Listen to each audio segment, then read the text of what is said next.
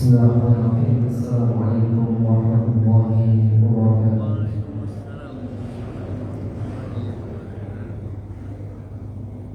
Alhamdulillah wassalatu wassalamu ala Rasulillah wa ala alihi wa sahbihi wa mawalah amma ba'd. Allahumma la sahla illa ma ja'altahu sahlan wa anta taj'alul hazna illa shi'ta sahlan. Allahumma 'allimna ma yanfa'una wanfa'na bima 'allamtana wa dhakkirna ma nasina wa ma jahilna wa zidna 'ilma wa biha wa 'amala. Alhamdulillah, segala puji bagi Allah permudah kita kembali. Insyaallah ta'ala kita akan lanjutkan materi terjemahan tafsir kita dari surat An-Nisa.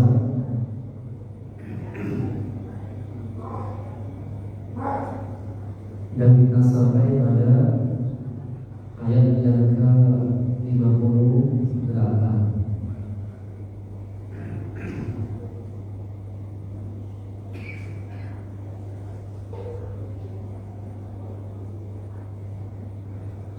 Itulah firman Allah,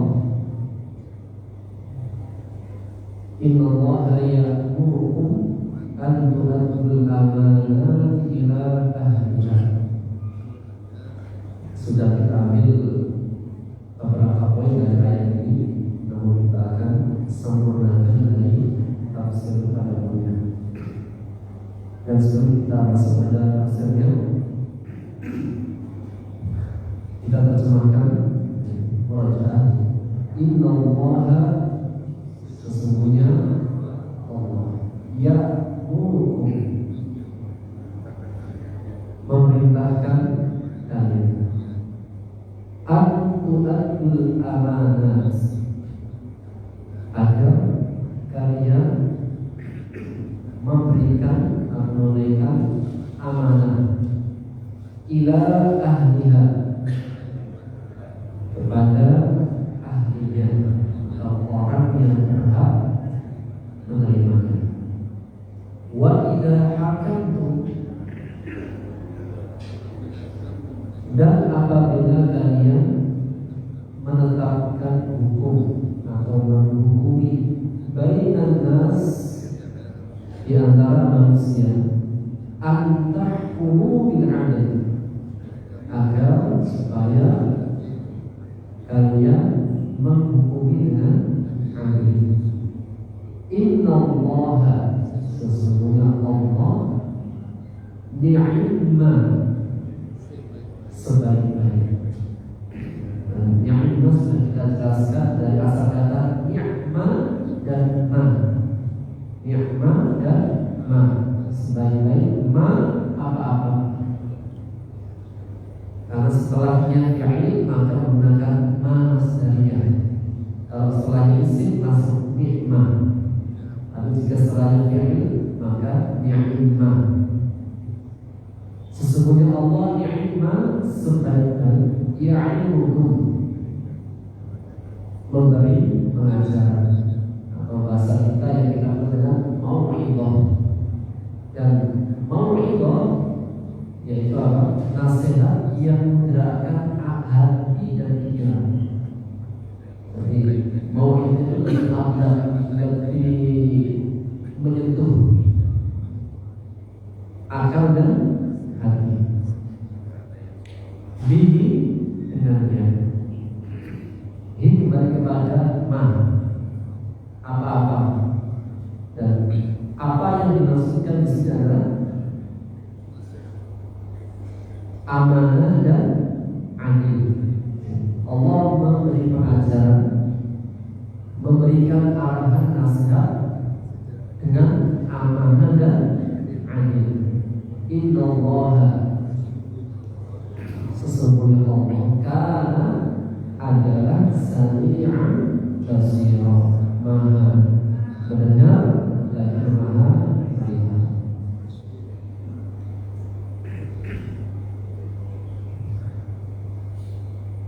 Dari ayat ini kita mendapatkan pengajaran dari Allah dengan dua sifat yang mulia. Apa itu? Amanah dan adil. Amanah dan adil. Dan ayat ini kalau kita buka dalam tafsir Ibnu Katsir di antaranya, katsirun minal mufassirin, banyak dari kalangan para ahli tafsir menyebutkan tentang sebab asbab nuzul, sebab musabab turunnya ayat ini, atau bahwasanya ayat ini itu pernah dibacakan Rasulullah SAW pada saat Fathu Makkah. Pada saat Fathu Makkah, menaklukkan kota Makkah di tahun ke-8 dari Hijriah.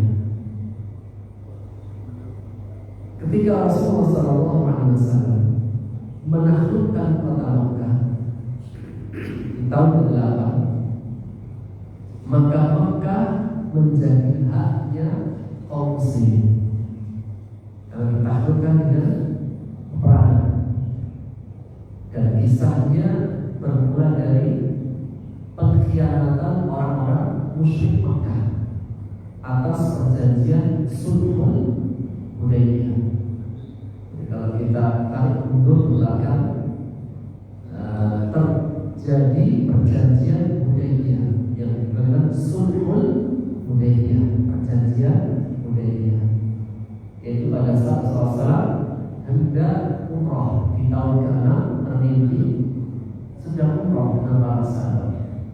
Akhirnya ditorehkanlah umrah itu, dan ternyata dilarang oleh orang musyrik. Kemudian boleh umrah tapi tahun depan. Kemudian di tahun ke-7 namanya Umrahul Qadha. Setelah selesai umrah pulang, dan masih dalam perjanjian Sulhul Hudaybiyah. Di antara poinnya, jika ada peperangan koalisi, maka tidak boleh membantu, kecuali jika dia melanggar. Maka ternyata orang musyrik Quraisy melanggar perjanjian, yaitu membantu koalisinya dalam memerangi koalisi kaum muslimin. Akhirnya Allah perintahkan untuk menaklukkan kota Makkah, dan itu bisa kita lihat dalam tafsir surat Al-Fatihah. Inna fatahna fathan mubina. Maka ketika kota Makkah ditaklukkan oleh Rasulullah SAW, maka Rasulullah SAW meminta kepada para sahabat untuk mengambil kunci Ka'bah. Karena Ka'bah itu ada kuncinya, al-hijab, di antara bagian-bagian yang mengambil bagian yang istimewa dalam al-hijab, hajib, yaitu yang buka menutup Ka'bah. Ada as-siqayah yang ngasih minuman, ada yang memberikan sambutan, maka dianggap al-hijab.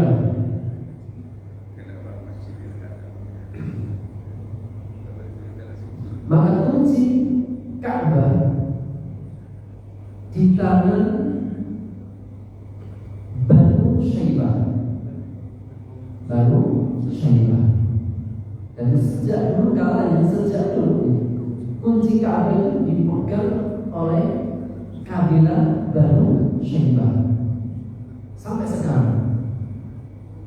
Dan dengan nas dan Rasulullah SAW, maka ketika Rasulullah meminta untuk diambil itu kuncinya tadi masuk, ingin masuk ke dalamnya, ingin salat di dalam Ka'bah dan ingin membersihkan bagian dalam Ka'bah. Karena dalam terdapat patung-patung, untuk dibersihkan dari patung-patung maka diminta kunci. Di antara sebagian yang disebutkan, maka kunci ini di tangan kabilah Bani Syaibah yang dipegang oleh Utsman ibnu Talha. Dan Utsman ibnu Talha disebutkan dalam sebuah riwayat bahwasanya sebelum hijrah, jauh sebelum hijrah, ketika Rasulullah masih di Makkah, dan ketika meminta kepada Utsman bin Talha agar dibukakan pintu Ka'bah, maka Utsman bin Talha menolak. Enggak. Ya, beda milah. Karena mereka musyrik dan Rasulullah tidak asalkan tahu. Terus mengatakan, wahai Utsman bin Talha, kelak suatu saat nanti kunci itu akan ada di belakang.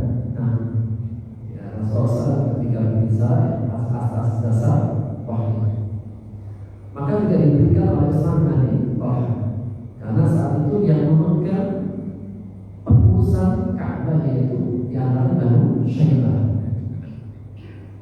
Sampai akhirnya tahun demi tahun berjalan dan terjadi peristiwa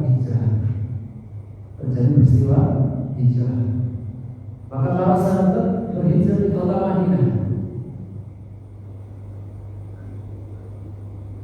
Laki-lakinya, perempuannya, kaum mudanya, kaum tua, semua berhijrah di kota Madinah. Maka di antara yang ingin berhijrah adalah Abu Salamah.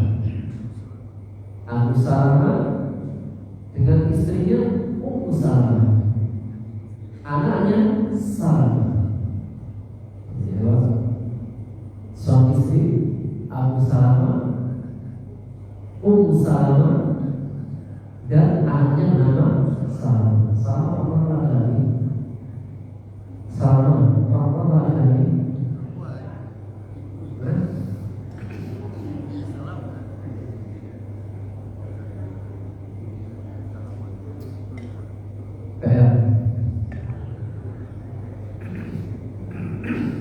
Laki-laki.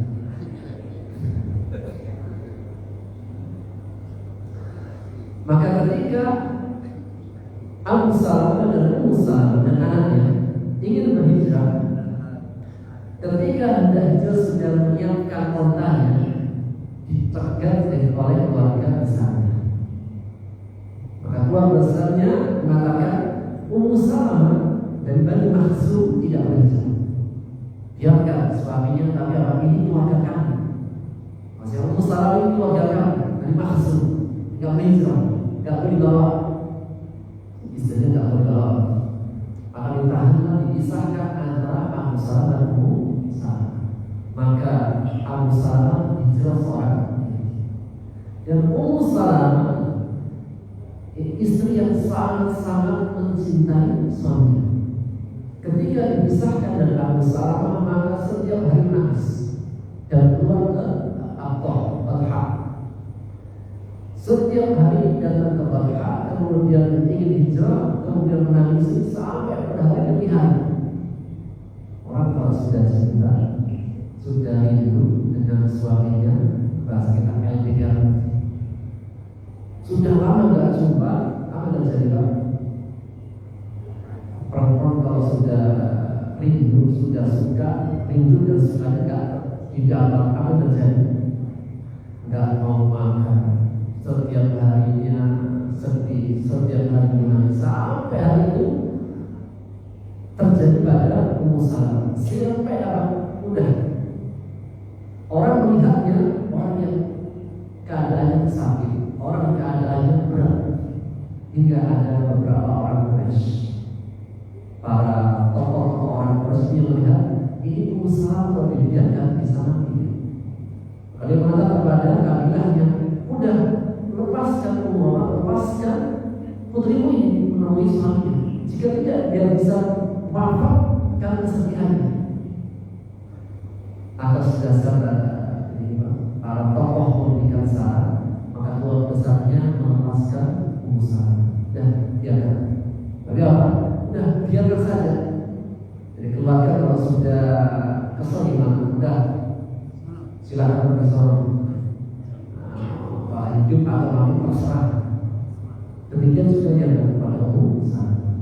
Hingga akhirnya Ummu Salamah menyiapkan kontanya, undangannya bersama anaknya Salamah. Dari Mekah ke Madinah hijrah seorang diri dengan anaknya masih kecil. Sesampainya di Tarim, sesampai di tempat namanya Tarim, salah satu makhluk ya, Tarim. Kalau ada yang ngomong di Tarim, sesampai di Tarim bertemu siapa? Utsman ibnu Thalhah. Utsman bin Thalhah ini keluarga Bani Syaibah yang sejak dulu dikenal dengan sifat amanah, meskipun dia seorang musyrik. Sifat keluarga besar itu sifat orang yang amanah, dititipin apa saja amanah, meskipun dia seorang musyrik. Maka ketika Utsman bin Thalhah melihat Ummu Salamah dan anaknya hijrah seorang diri di kota Madinah, dia khawatir siapa yang mendampingi Ummu Salamah. Keluarga ini tidak ada peduli, maka dia ingin berbuat ibadah baik kepada Ummu Salamah, mengantarkan Ummu Salamah dan anaknya Salamah. Maka diantarlah dari Mekah sampai di kota Madinah. Ketika sampai di kota Madinah, hingga akhirnya berjumpa dengan suami. Kemudian ditanya Rasulullah, siapa yang mengantarkan Ummu Salamah? Dengar dari info bahwa yang mengantarkan Ummu Salamah adalah Utsman ibnu Thalhah yang punya kuncinya Ka'bah. Maka Rasul mengatakan, ada wafa'un la nasah abadan. Ini kebaikan dari Utsman bin Thalhah yang kebaikannya tidak akan kita lupakan. Kenapa? Ini Masya Allah, meskipun dia seorang musyrik, ini kebaikannya yang tidak akan kita lupakan. Dan Rasulullah SAW seorang Nabi dan Rasul yang dikenal dengan membalas kebaikan dengan kebaikan yang lebih. Dan sifat para Nabi dari al-wafa, setia, tidak melupakan kebaikan. Siapa orang yang pernah berbuat kepadanya, maka kebaikan tidak pernah dilupakan dan tidak membalas dengan balasan yang lebih baik. Maka ketika terjadi Fathu Makkah, Rasulullah menjadi maka Ka'bah menjadi haknya. Maka diminta, wahai Umar, minta ujian, cabut ujian, siapa yang pegang? Kenapa? Dipegang oleh Utsman bin Thalhah. Ketika diambil kuncinya, dan pada saat itu disebutkan dalam tarikh bahwa Utsman bin Thalhah itu masih Islam ketika menjelang Fathu Makkah. Di antara sahabat yang masuk Islam menjelang Fathu Makkah ada beberapa, di antaranya Abu Sufyan, di antaranya Khalid bin Walid. Itu Islamnya akhir-akhir ketika akan menjelang Fathu Makkah. Di antaranya Utsman bin Thalhah. Maka ketika diserahkan kuncinya kepada Rasulullah SAW, kemudian dibukalah Ka'bah, kemudian dibersihkan Ka'bah dari patung-patung bersih dan sholat dalamnya. Dalam sholat itu apa? Pernah sholat di dalam Ka'bah. Ka'bah itu pada saat Fathu Makkah. Kemudian ketika beliau keluar dari Ka'bah, maka Rasulullah SAW membacakan ayat ini, Innallaha ya'murukum an tu'addul amanati ila ahliha. Sesungguhnya Allah memerintahkan kalian agar kalian memberikan amanah menyerahkan amanah kepada orang yang berhak. Maka siapa yang berhak diuji? Yang berhak diuji ini adalah Banu Syibah. Diserahkan uji kepada Utsman ibn Talha. Dan beliau mengatakan, "Hada yaum wafa'in wa birrin." Ini adalah hari membalas kebaikan dengan kebaikan dan memberikan kebaikan dengan yang lebih. Yaum wafa'in wa birrin. Diserahkan ujian kepada Utsman ibn Talha. Dan Rasulullah sallallahu alaihi wasallam bersabda, "Ya Talha, ya Utsman, khudh, ambillah kunci ini, kunci Ka'bah. Khalidatan, ya bagi 'indakum khalidatan dalidatan ila yaumil qiyamah. La yanzi'anna 'ankum illa dhalim."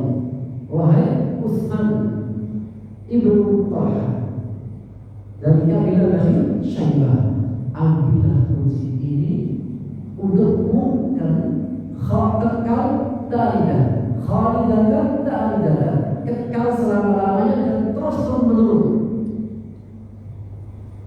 sampai hari kiamat, dan tidak ada pun yang mengambil kunci darimu dan anak keturunanmu sampai hari kiamat. Barang siapa yang mengambil dari tanganmu, maka dia zalim.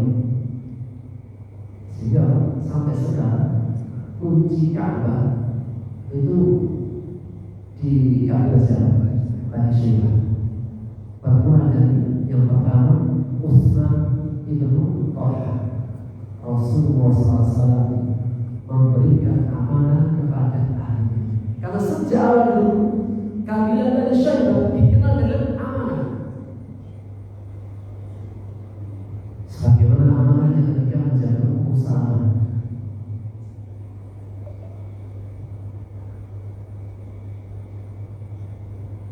Dan Rasulullah SAW mengajarkan kepada kita al-wafa, al-wafa, al-wafa. Jangan pernah melupakan kebaikan orang lain.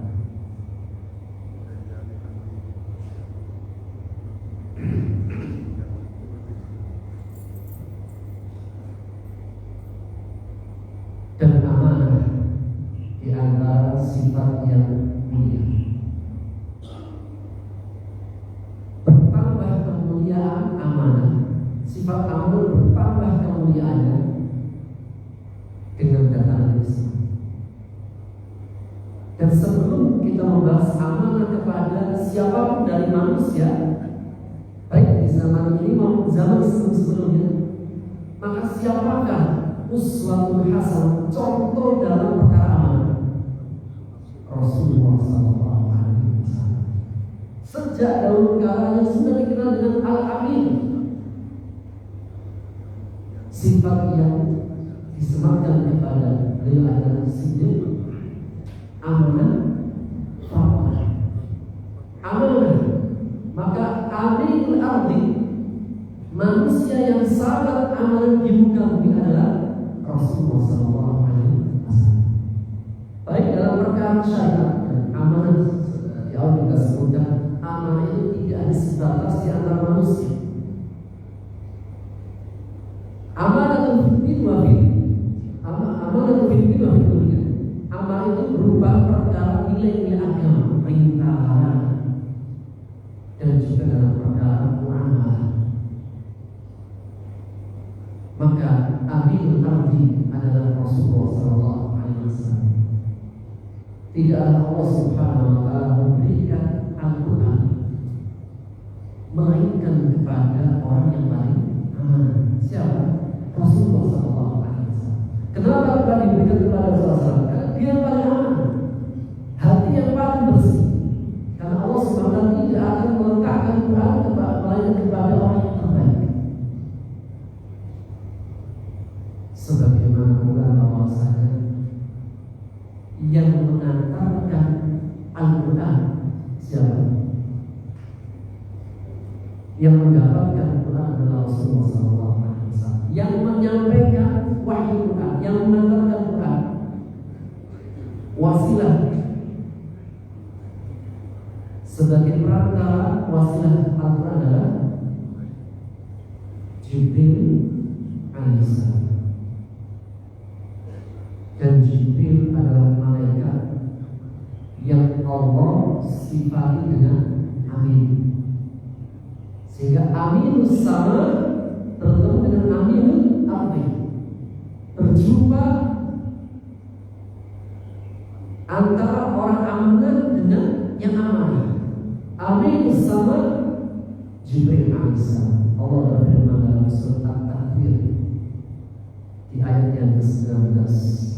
Allah berfirman, innahu laqawlu rasulin karim di quwwatin 'inda dzil 'arsy makin muta'in tsumma amin. Ini semua sifat-sifat pada Jibril alaihissalam. Maka mengatakan sesungguhnya Quran adalah perkataan utusan yang mulia. Maksudnya adalah malaikat Jibril. Siapa Jibril? Malaikat biquwah, malaikat yang punya kekuatan, 'inda dzil 'arsy makin, kuat dan punya kedudukan yang sangat tinggi di pemilik arsy, yaitu Allah Subhanahu wa ta'ala. Mutha', malaikat Jibril mutha', ditaati. Tsumma amin, mutha'in tsumma amin, ditaati di sana yang bilang amin, juga seorang juga malaikat yang dapat dipercaya. Sehingga ketemunya amin sama dan aminul ardi. Sehingga tokoh dalam nama, figur dalam nama adalah Rasulullah SAW.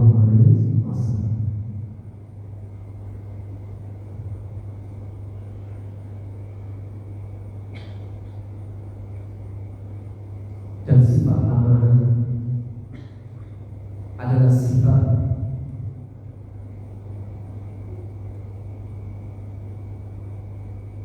yang Rasulullah SAW perintahkan, dan Allah juga menegaskan. Di antaranya hadis Sahih Najran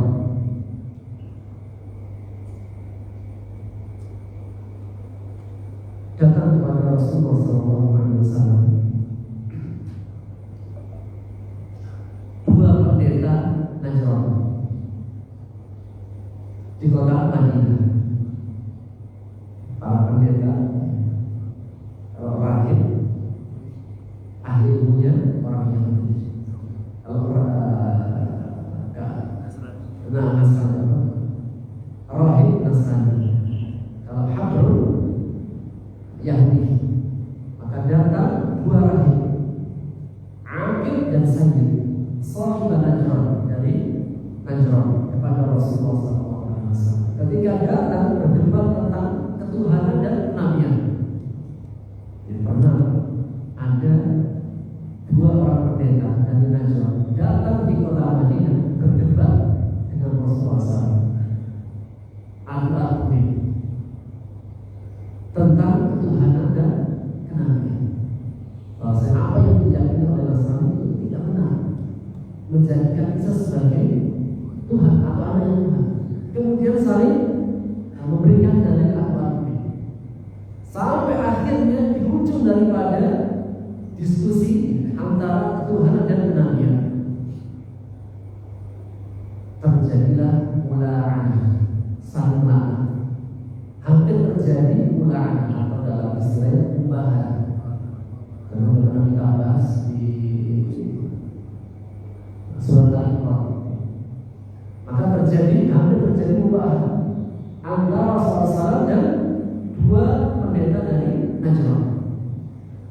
Ketika mau melanjutkan pembahasan mula'anah, maka salah satu dari keduanya pendeta mengatakan, la taf'al, jangan dilakukan. Kenapa? Jika memang ini benar, dan mereka ada keraguan, jika ini benar, maka jika kita melakukan mubahalah mula'anah, kita tidak akan selamat. Nahnu wa man ba'dana, kita dan orang setelah kita. Jika demikian ya sudah, kita mengakui saja, kita menyerah dan kita memberikan apa yang dia minta. Maka kita memberikan apa yang dia minta. Namun syaratnya, yang akan mengambil apa yang kita kasihkan harus diutus orang yang paling amanah. Maka mereka mengatakan, "Ib'ath ma'ana rajulan aminan, wahai Muhammad, utus kepada kami seorang laki-laki yang paling amanah di antara sahabat." Utus kepada kami mengajarkan agama, mengambil apa yang akan kami berikan, seseorang rajulan amin, laki-laki yang paling amanah di antara para sahabat. Namanya semua para sahabat amanah. Cuma apa? Ini yang paling amanah. Maka Rasulullah mengatakan kepada mereka, la ab'atsanna ma'akum rajulan aminan haqqa amin. Sungguh aku akan kirimkan kepada kalian seorang lelaki yang sangat amanah dan sangat amanah, aminan haqqa amin. Maka para sahabat itu menunggu siapa yang akan ditunjuk. Semua para sahabat, siapa kira-kira yang akan ditunjuk? Dan semua para sahabat itu yang dinilai paling aman di antara semua para sahabat. Maka keesokan hari para sahabat menunggu siapa. Sampai keesokan harinya mengatakan, "Kum ya Aba Ubaidah ibn Jarrah, wahai Abu Ubaidah ibn Jarrah." Maka amin sahabat, amin hadir umat, orang amanahnya dari umat ini setelah Rasulullah SAW adalah Abu Ubaidah ibn Jarrah. Abu Ubaidah ibn Jarrah, dialah yang diutus ke negeri Syam, dan Najran. Dan Abu Ubaidah ibn Jarrah salah satu sahabat yang mendapatkan jaminan masuk surga. Al-'asharatu al-mubasysyaruna bil jannah. 10 orang yang mendapatkan jaminan tasbiyah. Sudah ada rekomendasi yang mereka akan mendapatkan surga. Kalau kita belum, kita masih mau. Ada 10 para sahabat, al-'asharatu al-mubasysyaruna bil jannah. 10 sahabat yang diberikan kabar gembira dengan surga. Salah satunya Abu Ubaidah ibn Jarrah. Yang pertama 10 Abu Bakar As-Siddiq, 2 Umar bin Khattab, 3 Utsman bin Affan, 4 Ali bin Abi Thalib, ke-5 Talha bin Ubaidillah, ke-7 Zubair bin Awwam, ke-8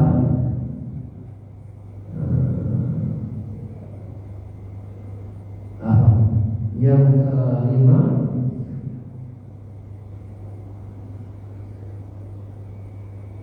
setelah Ali bin Abi Thalib, maka Talha bin Ubaidillah, kemudian Abdurrahman bin Auf, Sa'ad bin Abi Waqqas, Sa'id bin Zaid, kemudian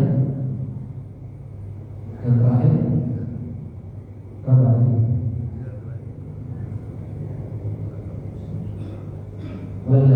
Pertama Abu Bakar, Umar bin Khattab, Utsman bin Affan, Ali bin Abi Thalib, Talha bin Ubaidillah, kemudian Az-Zubair bin Awwam, kemudian Abdurrahman bin Auf, Sa'ad bin Abi Waqqas, ke-9 Sa'id bin Zaid, ke-10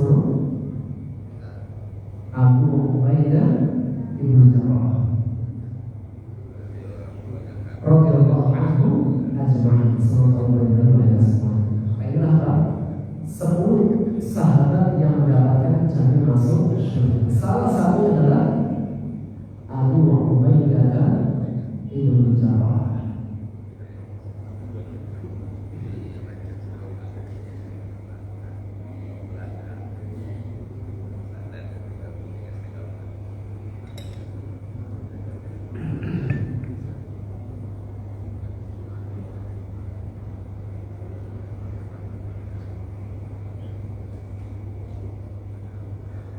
Sifat amanah.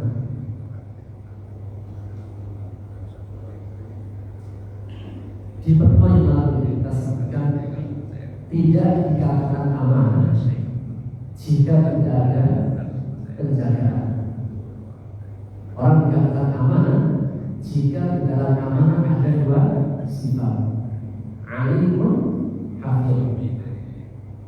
Dia mengetahui dan dia bisa menjaga. Tidak dikatakan amanah jika tidak ada rasa menjaga. Sebagaimana perkataan Nabi Yusuf alaihissalam yang Allah sebutkan tentangnya dalam surat Yusuf ayat 55. Ketika Nabi Yusuf alaihissalam diberikan tawaran untuk menjadi menteri-menteri, maka dia mengambil bagian yang dia mampu. Maka dia mengatakan waj'alni ala khazanil ardi inni hafizun alim. Jadikan aku bagian pada menteri perdagangan. Kenapa disebutkan sifatnya inni hafizun alim? Sesungguhnya aku dapat menjaga dan mengetahui. Maka siapapun yang ingin sifat amanah itu ada pada dirinya, maka harus menghadirkan dua sifat, hafizun alim, menjaga dan mengetahui, harus tahu ilmunya.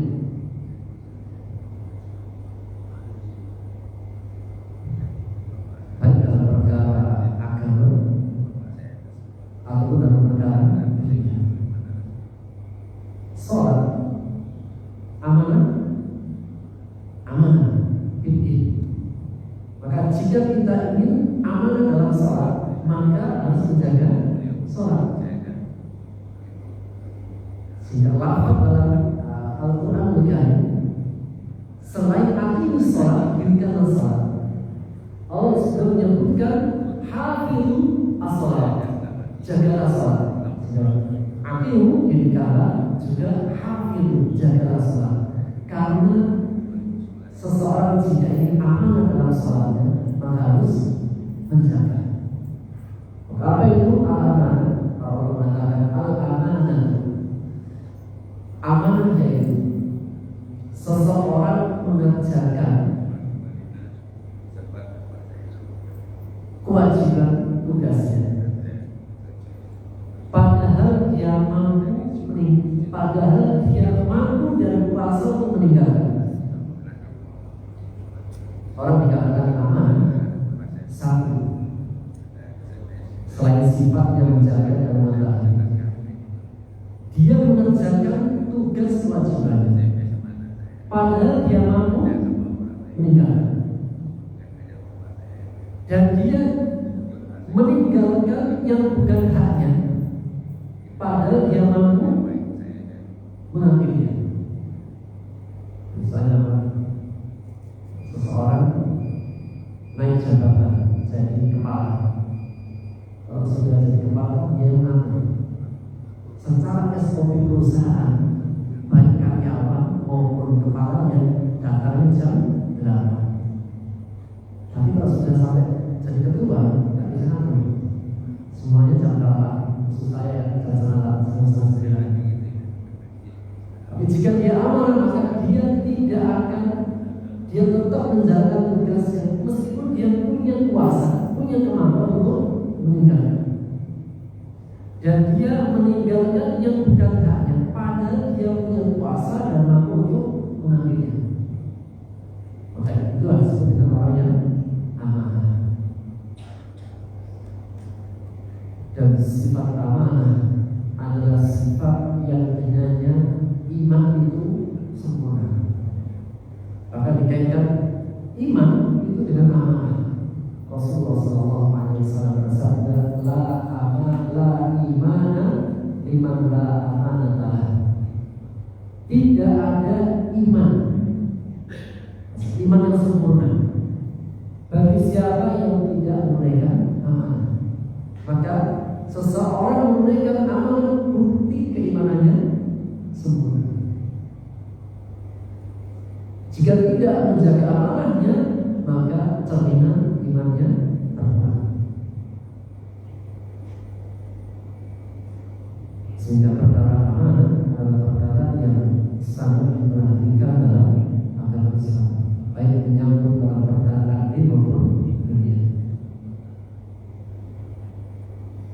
Kemudian lafaz lain, sifat yang kedua, wa idza hakamtum bainan nas, jika kalian menghakimi di antara manusia,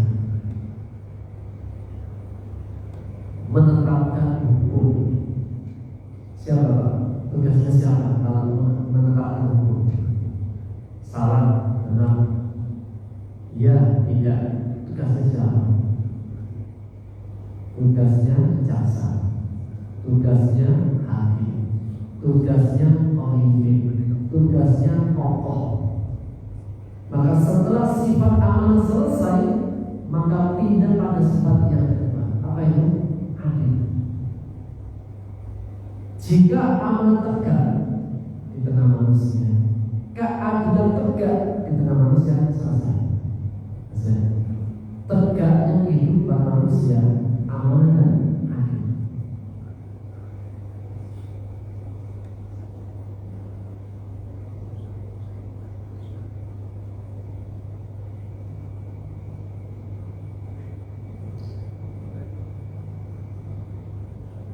Di antara ungkapan para ulama ketika mensifati keadilan,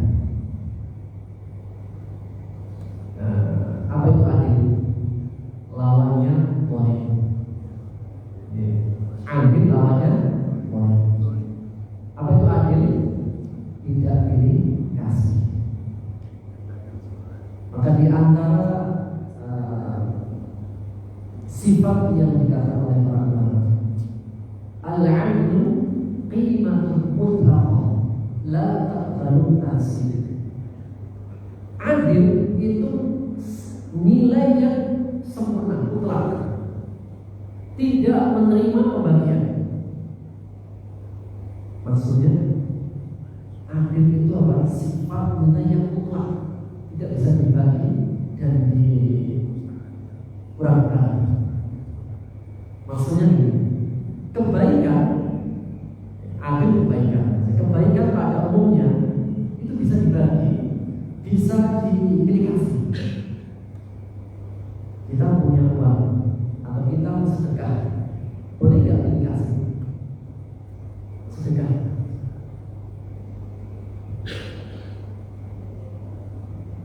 Saya sedekahnya mau pilih kasih, saya utamakan keluarga saya dulu, lalu orang lain, boleh? Justru adalah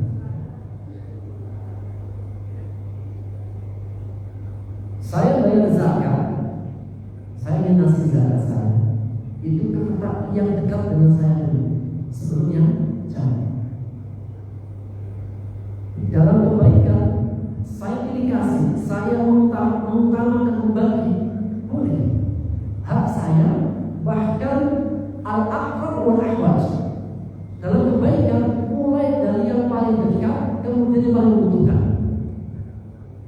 Bahkan kebaikan itu terkadang rusak kebaikannya jika dimulai dari yang jauh, yang dekat dialihkan. Siapakah orang yang lebih berhak dan kebaikan kita? Orang dekat kita. Siapa? Orang tua kita dulu, anak-anak, istri, anak, orang tua. Dalam pemberian anak istri lalu orang tua. Tapi dalam berbakti orang tua dulu.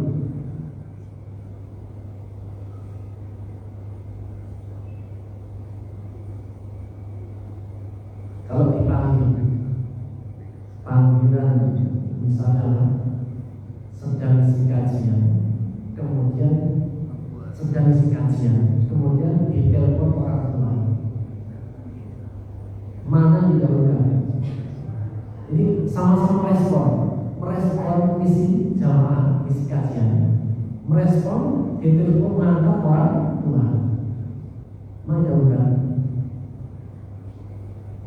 orang tua? Kenapa? Ini merespon kebaikan orang tua itu lebih utama. Jadi kalau ustaz sedang misi kajian, ditelepon ibunya, mana yang bukan ibunya? Kenapa? Ya, hanya dia merespon yang terdekat, yang paling dia suka. Dan itu pernah terjadi. Ada seorang ulama besar Haywah Ibnu Rajab sedang ngajar kajian. Kemudian dipanggil oleh ibunya, wahai Rajab, pergi ke kandang ayam, kasih makan ayam ini. Maka ditutup bukunya, kemudian ditinggalkan majelisnya, pergi ke belakang, ngasih makan ayamnya. Kenapa? Karena memerintahkan ibunya. Bayangkan, ngasih seorang ulama besar diminta ngasih makan ayam, ditinggalkan majelisnya.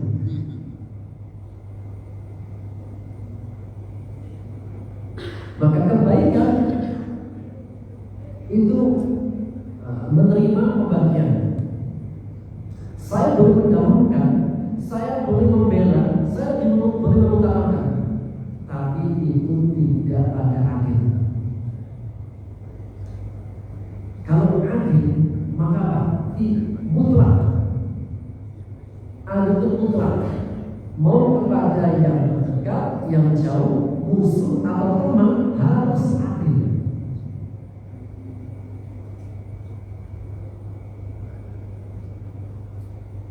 Muslim sama muslim berantem. Yang membuat yang muslim bisa mungkin terjadi. Hakimnya muslim, mana yang dinyatakan salah benar? Yang muslim, meskipun yang membalas muslim. Karena hakim itu tidak menerima taksir, tidak bisa dibagi, tidak bisa diterima, harus mutlak.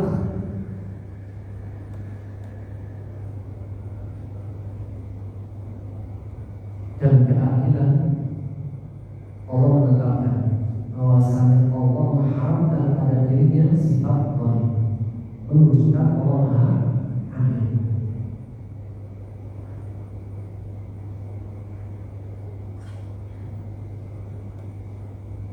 Dan dengan keadilan langit dan bumi tegak, langit dan bumi itu bisa seimbang. Kenapa? Karena adil. Maksudnya langit itu seimbang. Kenapa? Karena timbangannya sama rata, adil. Dan bahkan Allah mengabulkan doanya orang yang terzalim meskipun dia berdosa. Seorang berdosa, tapi dia dizalimi, dia berhak untuk doa dan doa dikabulkan. Rasulullah SAW bersabda, da'watul mazlumi mustajabah. Doanya orang berzalimi mustajab. Wa in kana fahishan, meskipun dia berdosa, fa'ujuru ala nafsi, karena dosa itu dimesti. Tapi keadilan hak yang harus diberikan. Apa maknanya? Karena Allah mencintai keadilan dan Allah membenci kezaliman, meskipun pelakunya adalah seorang pendosa. Bahkan Ibnu Taimiyah mengatakan, Inna Allah la yansuru dawlatan 'adilah walau kanat kafirah, wa la yansuru dawlatan dhalimah walau kanat muslimah. Sesungguhnya Allah akan memberikan kemenangan, pertolongan kepada negeri yang adil meskipun dia kafir. Dan Allah tidak akan memberi pertolongan, kemenangan kepada negeri yang zalim meskipun negerinya Muslim. Bukan karena Allah mencintai orang kafir, bukan. Tapi Allah ingin meletakkan keadilan kepada siapapun mutlak.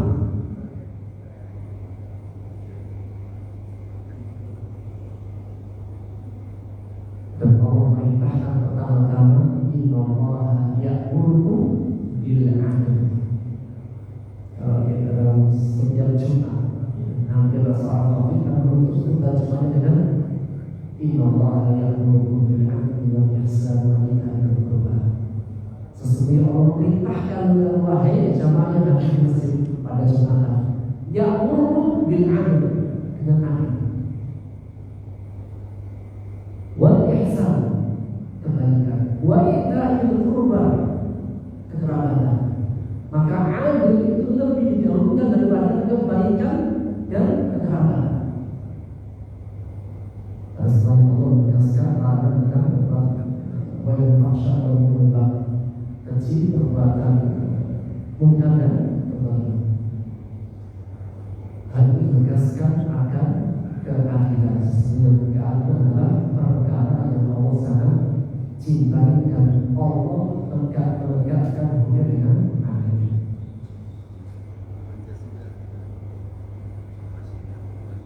Baik, sehingga dua sifat ini, dua sifat yang Allah tegaskan yaitu amanah dan adil. Setelahnya tentang ketaatan kepada pemimpin. Setelahnya itu ketaatan kepada pemimpin. Apa korelasinya? Ayat amanah adil dengan pemimpin.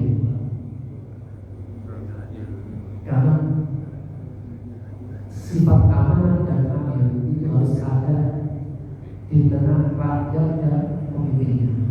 Rakyatnya harus amanah, kemudian pemimpin harus adil. Dengan amanah dan adil akan tegak kebaikan di tengah suatu umat. Allah Ta'ala Islam. Kalau yang sudah habis kita coba dulu kita lanjutkan pembahasan amanah dan adil dan ketaatan kepada pemimpin. Insyaallah kita mengadakan dan mungkin segera faedahnya. Subhanallah, asyhadu an la ilaha illa anta, astaghfiruka wa atubu ilaik. Assalamualaikum warahmatullahi wabarakatuh.